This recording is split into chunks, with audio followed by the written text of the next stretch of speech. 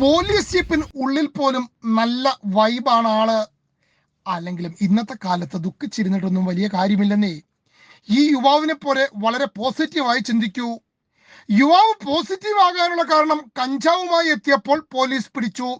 പേര് വിജയ്, പാലക്കാട് കൊല്ലംകോട് എമ്പുതൂർ സ്വദേശി, കഞ്ചാവിന്റെ മൊത്ത വ്യാപാരി.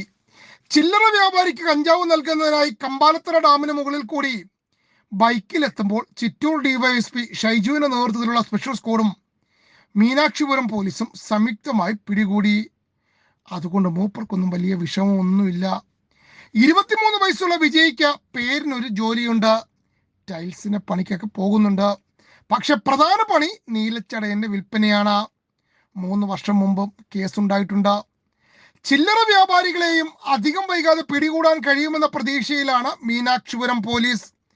അതിനുള്ള പണി പോലീസ് ആരംഭിച്ചിട്ടുണ്ട്.